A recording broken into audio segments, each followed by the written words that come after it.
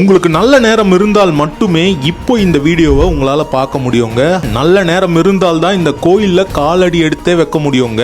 இந்த கோயில் கும்பகோணத்துல இருந்து காரைக்கால் போற வழியில இருக்கிற திருப்பாம்புரம்ன்ற ஊர்ல இருக்கிற பாம்புரநாத திருக்கோயிலுங்க. சேஷபுரீஸ்வரர்னும் இவருக்கு பேர் இருக்கு. 1000 ஆண்டுகளுக்கு மேல் பழமையான கோயில்.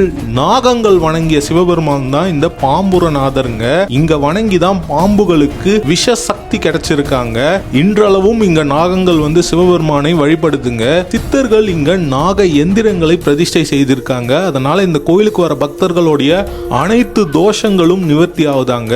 நாகதோஷம், ராகுகேது தோஷத்துக்கு இந்த கோயில்ல சிறப்பு பரிகாரங்கள் நடைபெறுதுங்க. அது மட்டும் இல்லாம வேற எந்த கோயிலும் இல்லாத அளவுக்கு ராகுவும் கேதுவும் ஒரே உடல்ல இங்க காட்சி தராங்க. இந்த கோயில்ல நவகிரக சன்னதி இல்ல, கோஷ்ட மூர்த்திகள் இல்ல, இன்னும் பல அதிசயமான விஷயங்கள் இந்த ஒரு கோயில்ல இருக்குங்க. ஜாதக ரீதியா நமக்கு கெட்ட நேரம் நடந்ததுன்னா இந்த கோயிலுக்குள்ள வர முடியாது. நமக்கு கெட்ட நேரம் முடிஞ்சு நல்ல நேரம் ஆரம்பிச்சா மட்டும்தான் இந்த ஸ்தலத்துல வந்து இந்த சுவாமியை தரிசனம் பண்ண முடியும். நல்ல நேரம் இருந்தால் மட்டுமே இந்த கோயிலை பத்தியும் தெரிஞ்சுக்க முடியும், இந்த கோயிலுக்கும் வர முடியுமாங்க.